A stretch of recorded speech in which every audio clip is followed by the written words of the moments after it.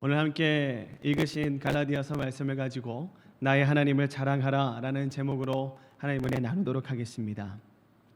어느 우물에 하늘에 날아가는 새를 보며 나도 저렇게 하늘을 날아보고 싶다라고 생각하는 한 개구리가 있었습니다. 그래서 이 개구리는 황새에게 이렇게 말했습니다.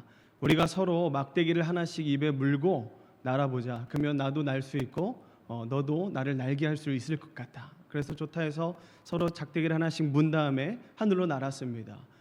그 광경을 본 개구리 친구들이 너무 신기한 거예요. 그래서 그 개구리에게 이렇게 물었습니다. 야, 그거 누구의 아이디어냐? 누구 생각이냐? 참 기발하다라고 했는데 그때 이 하늘을 날던 개구리가 내 생각이지 하다가 물고 있던 막대를 놓쳐서 그만 떨어져 죽어버렸다는 슬픈 이야기입니다. 여러분, 모든 사람은요 누구나 자랑하고 싶어 합니다. 이 개구리뿐만 아니라 모든 사람들은 자기의 행한 것과 자기가 가지고 있는 것들을 내보여주려고 노력한다는 것이죠. 남보다 많이 한다고 지식을 자랑하고, 남보다 먼저 알았다고 정보를 자랑합니다. 남보다 많이 가졌다고 부를 자랑하며, 남보다 높은 권력을 가졌다고 자신의 힘을 자랑하기도 합니다. 또 어떤 사람은 앞으로 엄청난 일을 해낼 것처럼 매사에 큰 소리를 치고 다닙니다. 허풍이죠. 그러나 이 모든 것들이 헛된 자랑으로 자신의 어리석음을 드러낸 것임을 곧 깨닫게 됩니다.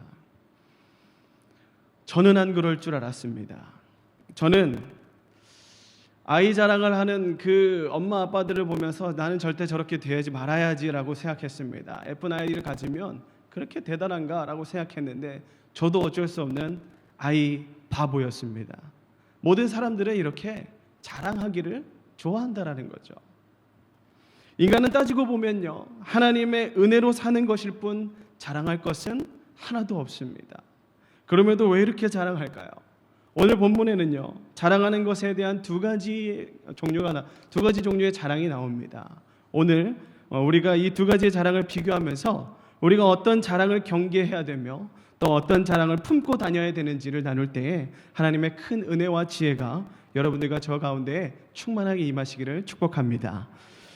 먼저 첫 번째는 유대적 율법주의자들의 자랑이었습니다. 사도 바울은요 그의 평생의 사역에 있어서 이 율법주의자들과의 끊임없는 싸움을 하면서 살았습니다. 이것은 영적 싸움이었습니다. 바울은 당시 종교적 지도자들 그리고 그들을 추종하는 유대인들과 대립하며 기나긴 영적 싸움을 살아갔습니다. 바울이 싸웠던 이 율법주의자들은요 할례를 매우 중요시했습니다. 때문에 육체를 몹시 자랑하는 사람들이었죠. 자신의 행위와 그로 인한 구원의 확신을 그들은 늘 입에 달고 다녔습니다. 그들은 구원을 얻기 위해서 율법의 행함이 반드시 필요하다라고 주장했습니다. 그리고 가르쳤습니다.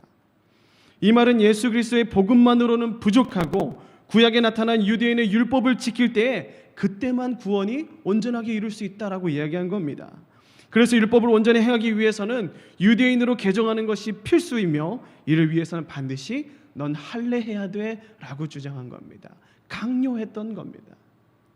그러나 바울의 생각은 달랐습니다. 바울은요 구원은 오직 하나님의 은혜로만 주어지는 것이지 우리의 노력, 어떤 율법을 잘 지킨다고 해서 얻게 되는 것이 아니라고 주장했습니다.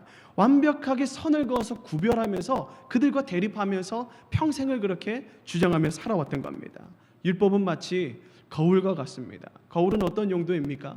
자신의 상태를 확인할 수 있는 거죠. 내가 어떤 옷을 입었는지, 내가 옷에, 내 얼굴에, 내 머리에 어떤 것이 묻었는지, 이것을 떼야 되는지 아니면 가만히 놔둬야 되는지, 어떤 것이 더 좋게 보일 수 있는지를 확인할 수 있는 게 거울입니다.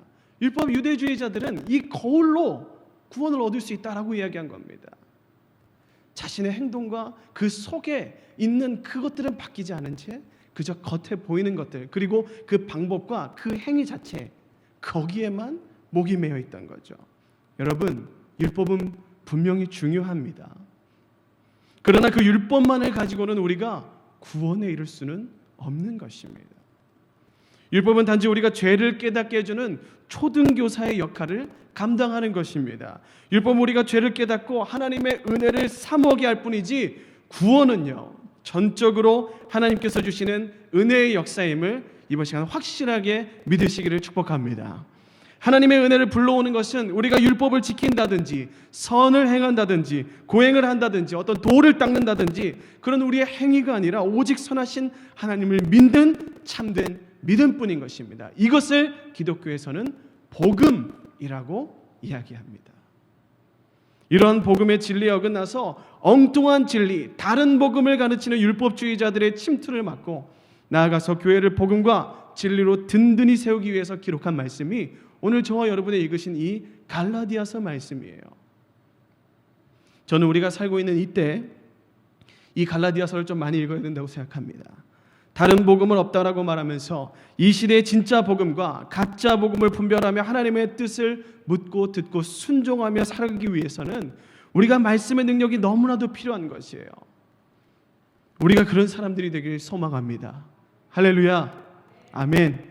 이미 종교적인 이런 기득권과 권력을 가지고 있던 그 종교 지도자들, 그리고 그들을 추종했던 율법적 유대교 그 율법주의자들은 끊임없이 교회에 침투해서 이 순복음 진리를 왜곡하는 일을 서슴지 않고 있었던 겁니다. 그래서 사도 바울은 그런 사람들을 보고만 있을 수는 없었던 거예요.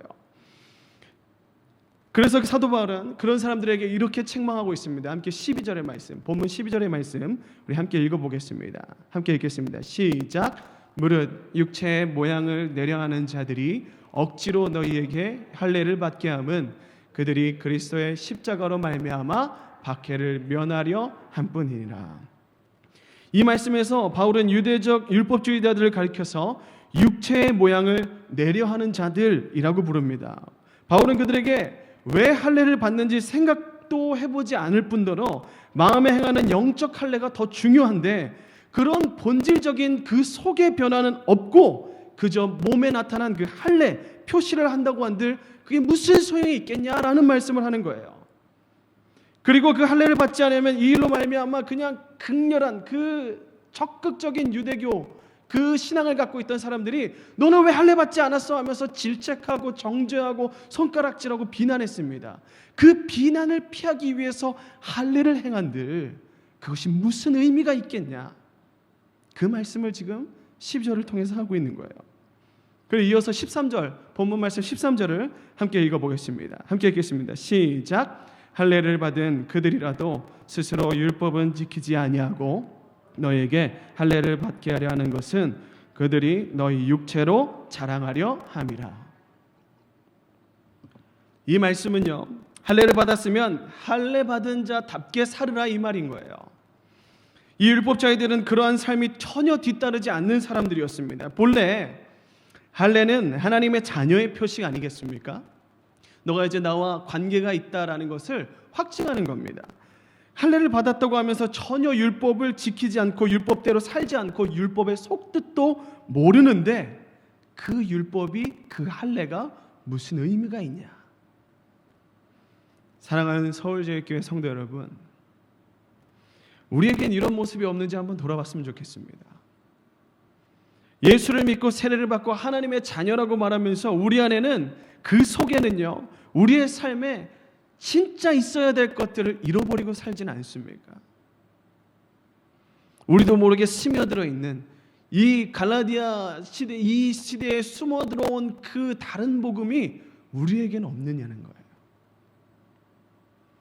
이 율법주의가 있진 않는지 다시 한번 우리가 이 시간 돌아보기 원합니다. 오늘 그래서요 독일 유학을 하던 어떤 한국 학생의 이야기를 본 적이 있습니다. 그 한국 학생은요 어떤 독일 학생과 같은 방을 사용하게 됐습니다. 그런데 어느 날 새벽에 그 독일인 가정으로부터 본가로부터 전화가 온 거예요. 그 전화 내용을 들어보니까 이렇습니다. 그 독일인 친구 아버지가 임종 직전이기 때문에 빨리 새벽 차를 타고 첫 비행기를 타고 넘어오라는 거예요. 한국 친구는요 독일 룸메이트를 차에 태우고 전속력으로 막 달리기 시작했습니다. 뭐 얼마나 위급한 상태였겠습니까? 한시라도 바삐 가야 되니까 신호고 뭐고 그냥 막 달리기 시작했어요. 막 달렸는데 간신히 그 친구를 비행기 태워서 보내고 이제 돌아오는데 고모는 그 친구를 비행기로 들여보내고 기숙사로 돌아왔어요. 그리고 3일이 지난 후에 편지가 와서 뜯어보니까 어떤 편지였냐면 교통 위반 딱지가 3개나 붙어 있는 거예요. 그 비행기를 태우러 가는 도중에 새긴 거겠죠. 근데 독일은 그 당시만 해도 누군가가 신고하지 않으면 이걸 알아내지 못한다고 해요. 이 구간에는 신호를 지켜야 돼, 속도를 지켜야 되는 구간이 아니면 이 누군가가 신고하지 않으면 모른다고 해요. 그 새벽이었는데 아무도 없었고 나와 친구뿐이었는데 누가 이걸 신고한 거지라는 생각을 하고 있는 찰나에 이 친구로부터 전화가 온 거예요. 내용은 이렇습니다. 친구야, 고맙다. 네가 나를 전속력으로 태워다 주어서 내가 아버지의 운명을 볼 수 있었다. 고마워.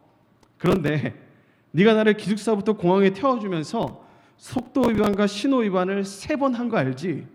그래서 내가 너를 경찰에 신고했어. 라는 전화가 온 거예요. 여러분 이해가 가십니까? 저는 이해가 잘 안 가요. 이 이야기는 독일 사람이 얼마나 법을 잘 지킨가를 역설적으로 풀어낸 이야기입니다. 여러분 위에 예화가 말해두듯이 법 자체, 그 율법 자체는요 사랑이 없어요. 이해가 없고 인정이 없습니다. 예수님 앞에 끌고 온 그 가늠하다 잡힌 여인을 여러분 기억하십니까? 사람들은 저마다 이미 마음속으로 죽이고 있었어요. 왜? 율법이 그렇게 하라고 했기 때문에 이미 손에 무엇을 들고 있었습니까? 예수님 말만 떨어지면 던질 돌을 가지고 있었어요. 예수님이 죄 없는 자는 철하라고 말했을 때 돌을 다 버리고 다 댁으로 돌아갔죠. 율법은 사랑이 없습니다. 율법에는 은혜가 없어요. 그러나 그 율법을 뛰어넘어서 하나님의 어떤 그 사랑을 바라는 그것이 오늘 이 시간 우리가 바라는 진정한 율법의 속뜻이라는 거죠. 사랑과 은혜가 율법을 뛰어넘는데 우리는 사랑과 율법을 지키기, 사랑과 은혜를 위해서 율법을 지킨다라고 말하는 거예요. 엄청 역설적인 이야기입니다, 여러분. 이미 율법은 우리가 사람답게 살기 위한 하나님의 사랑이며 하나님의 은혜예요. 근데 이걸 지키지 않으면 넌 구원받을 수 없어라고 하는 그 질책, 그 정죄의 잣대로 우리를 삼고 있다는 거죠. 여러분 우리도 마찬가지입니다. 우리도 스스로 주일날 교회 안 가면 스스로 뭐라고 이야기합니까? 엄청 찔려하지 않으세요? 물론 굉장히 엄청 잘못한 거죠. 거룩한 주일을 지키지 않았으니까 마음에 찔림이 있어야죠. 그것처럼 우리도 이미 알게 모르게 이 율법을 가지고 수많은 정죄를 나 또한 다른 누군가에겐가 그 잣대를 가지고 들이대고 있다는 거예요. 그러나 우리 주님은요 사랑과 자유를 주시기 원합니다.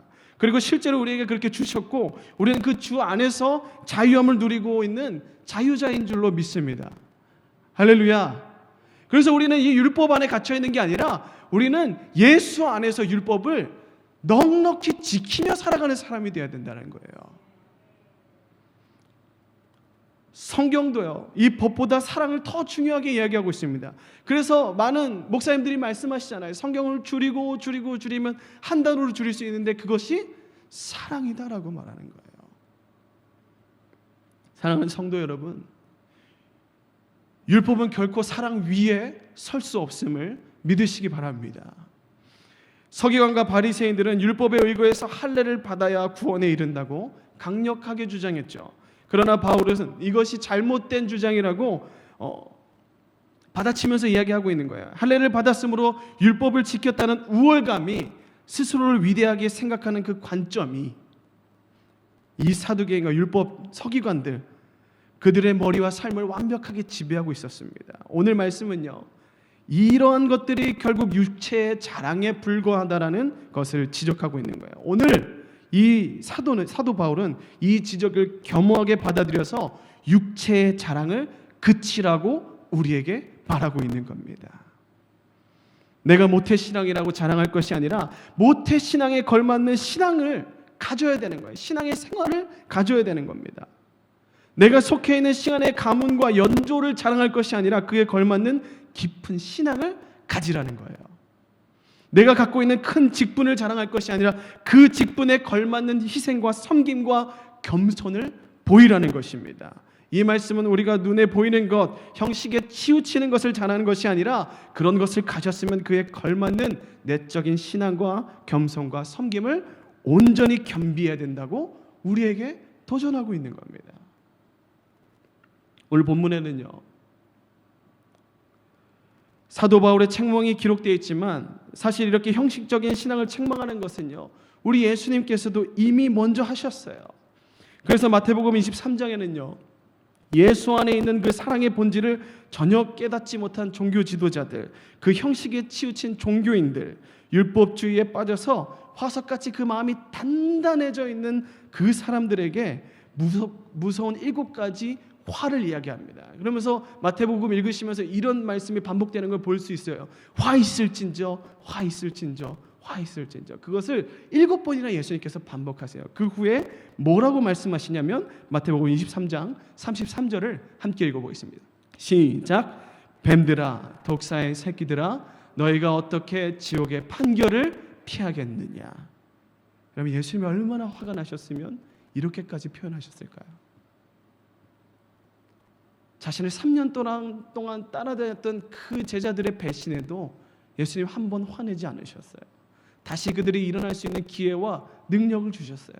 그런데 그 순간 얼마나 예수님께서 복음에 어긋난, 진리에 어긋난 그들을 보면서 분노가 일으켰으면, 뱀들아, 이 독사의 끼들아.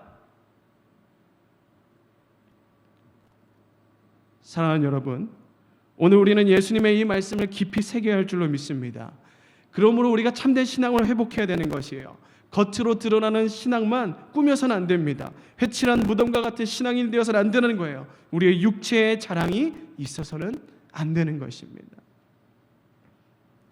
사랑하는 서울제일교회 금요 찬양 우리 예배에 올라오신 여러분들, 회칠한 무덤 신앙과 같은 신앙, 내 생각으로 딱딱하게 굳어버린 신앙, 또는 형식적인 신앙, 겉으로만 꾸며 보이는 그 신앙은 이제 다 버리시기 바랍니다. 2021년도는요, 예수 안에서 진정으로 참된 신앙을 회복하시는 우리 모두가 되기를 주님의 이름으로 축복합니다. 아멘. 오늘 말씀에는요, 이렇게 육체적인 자랑만 일삼다가 심각한 책망을 듣는 무리가 있는 반면에, 또 한편으로는 우리가 정말 본받아야 되는 참된 자랑의 모습도 등장합니다. 우리 함께 14절, 본문 14절의 말씀 함께 읽어보겠습니다. 함께 읽겠습니다. 시작. 그러나 내게는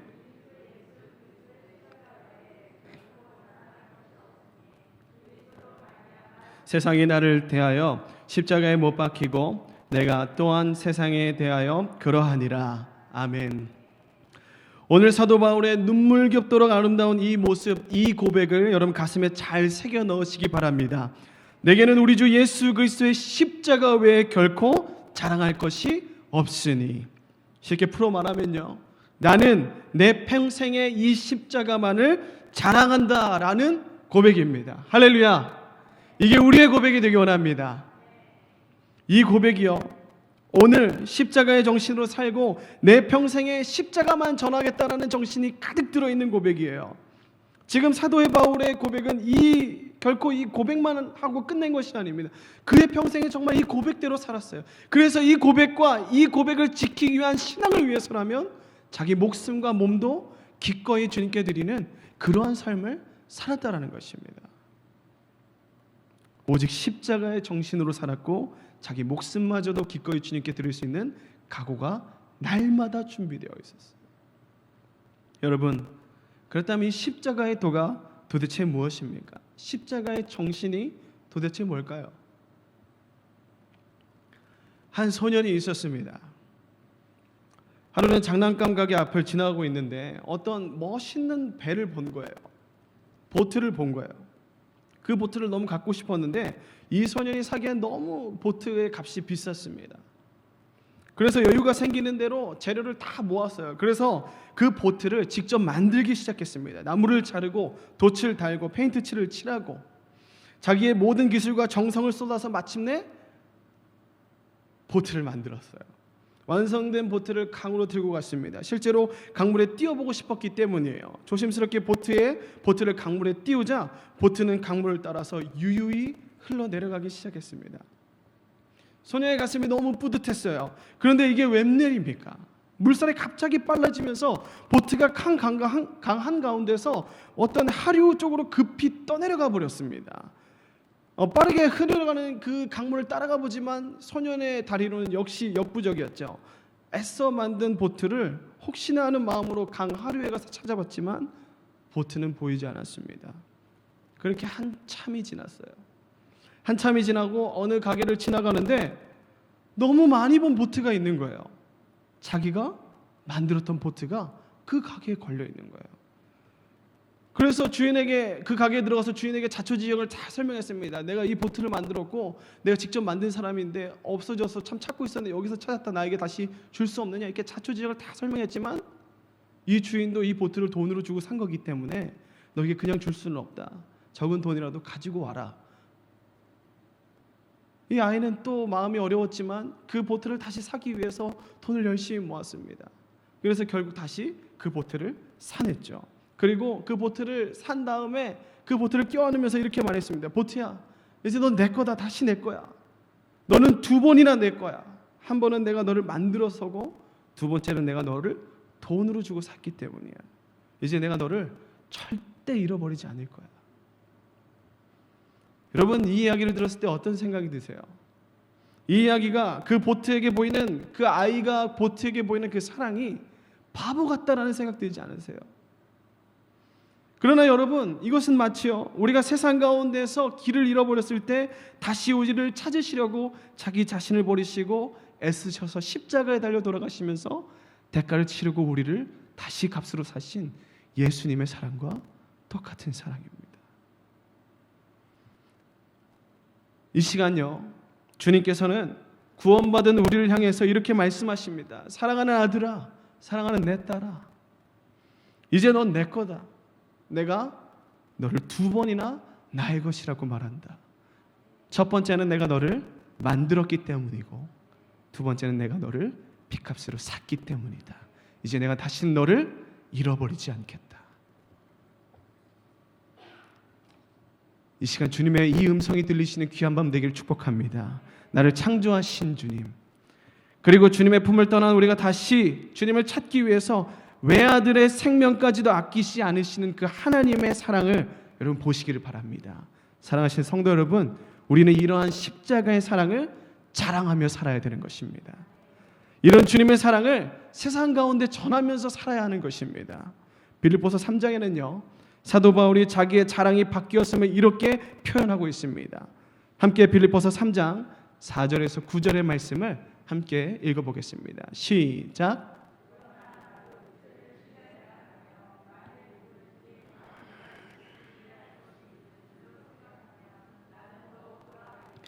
나는 8일 만에 할례를 받고 이스라엘 족속이요 베냐민 지파요 히브리인 중에 히브리인이요 율법으로는 바리새인이요 열심으로는 교회를 박해하고 율법의 의로는 흠이 없는 자라. 그러나 무엇이든지 내게 유익하던 것을 내가 그리스도를 위하여 다 해로 여길 뿐더러 또한 모든 것을 해로 여김은 내 주 그리스도 예수를 아는 지식이 가장 고장하기 때문이라.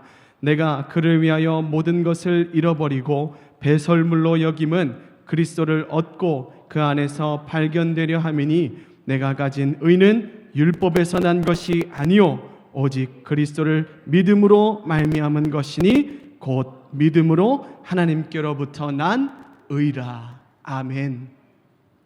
내가 받은 것 외에는 세상의 자랑거리가 내게 없다. 내가 받은 구원은 오직 하나님의 은혜이고 나는 그 믿음으로 그 은혜를 사모할 수밖에 없다. 바울은 고백하고 있습니다. 그래서 전에 추구하던 것들, 내가 어느 학교에 나왔는지, 내가 어떤 명문가에서 태어났는지, 내가 어떤 직장을 다니고, 내가 어디에 속해 있는지, 내가 가진 돈이 얼마이고, 부동산이 얼마이고, 이런 것들의 자랑거리들은 더 이상 의미가 없다라는 거예요. 여러분, 사실 이런 것들이 천국 가는 데는 아무런 쓸모없는 것들 아니겠습니까? 사도 바울은 이 모든 자랑할 것들을 다 배설물로 여긴다고 말하고 있습니다. 여러분, 우리가 자랑할 것은요 오직 예수 그리스도밖에 없음을 여러분 선포하고 다니는 여러분 되길 축복합니다. 그런데 요즘 안타까운 현실은요 예수를 믿는다는 것 자체가 창피한 것처럼 여겨지는 시대가 됐습니다. 많은 젊은이들, 많은 청년들이 직장에서 교회 다닌다고 말하는 것을 두려워하기 시작했어요. 코로나 때문도 있지만 그 말을 하면 직장 내에서 관계하는 것이 제한이 되기 때문입니다.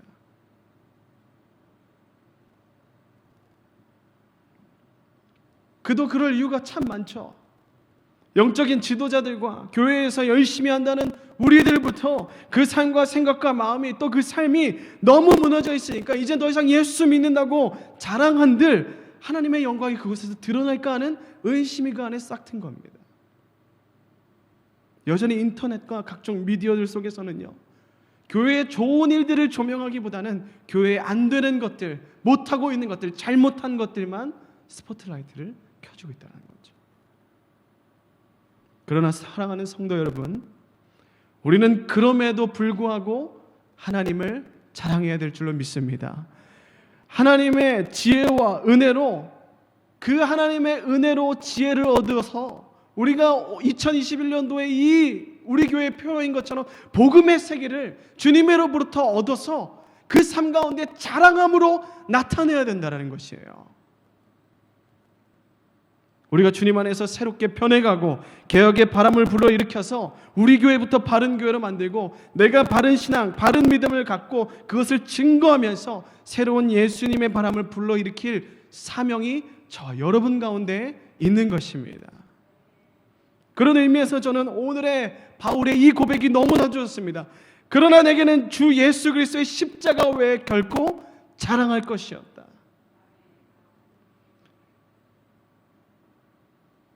예수님이 여러분의 자랑이 되길 축복합니다. 주님께서 빚값 주고 사신 우리 서울제일교회가 여러분의 자랑이 되길 축복합니다. 이 시간 마지막으로 여러분에게 하나 도전하고 말씀을 마무리 지으려고 합니다.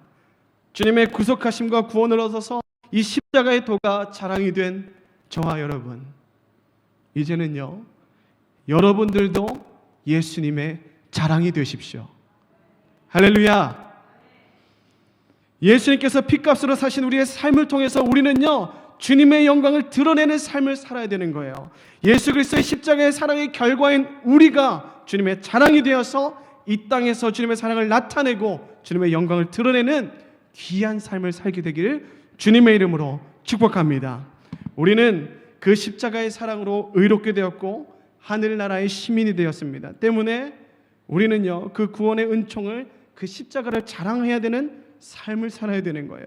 바울은 내가 이 복음을 부끄러워하지 아니한다를 뛰어넘어 오늘 본문을 통해 내 자랑은 오직 예수 그리스도의 십자가밖에 없다 라고 고백되는 이 고백이 2021년도 우리의 신앙을 돌아보면서 내 자랑이 예수 그리스도가 되는, 내가 예수 그리스도의 자랑이 되는 저 여러분이 되기를 다시 한번 더 주님의 이름으로 축복합니다. 함께 기도하겠습니다.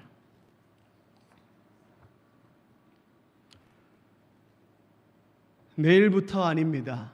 오늘부터 우리 가운데 하나님의 자랑이 되는 삶이 되기를 축복합니다. 문자 그대로 풀어서 하나님의 자랑하는 것, 하나님을 자랑하고 드러내는 것도 좋습니다. 그리고 우리 가정에서 내가 그리스도인임을 잊지 않고 오히려 드러내는 것. 나만 믿는다고 생각하시는 분들이 있으세요, 가정 가운데. 그럴 때일수록 더욱 하나님 앞에 여러분들이 하나님을 자랑하며 여러분들이 하나님의 자랑이 되십시오. 그때 그 가운데, 그 가정과 그 사업장과 그 직장과 학교와 삶의 터전 가운데 하나님의 역사가 일어날 줄로 믿습니다. 여러분들을 통해서 너가 다니는 그 교회면 나도 가고 싶다라는 마음이 들 수 있을 정도로 우리가 그렇게 하나님의 자랑이 되기를 간절히 축복합니다. 우리 그런 마음으로 이 시간 기도하실 때 주님, 내가 주님의 자랑이 되게 하여 주시옵소서. 그리고 여러분 가지고 나온 기도 제목과 오늘 들은 말씀을 가지고 주님의 이름을 한번 부르짖고 기도하며 나가겠습니다. 부르짖습니다. 주여 하나님,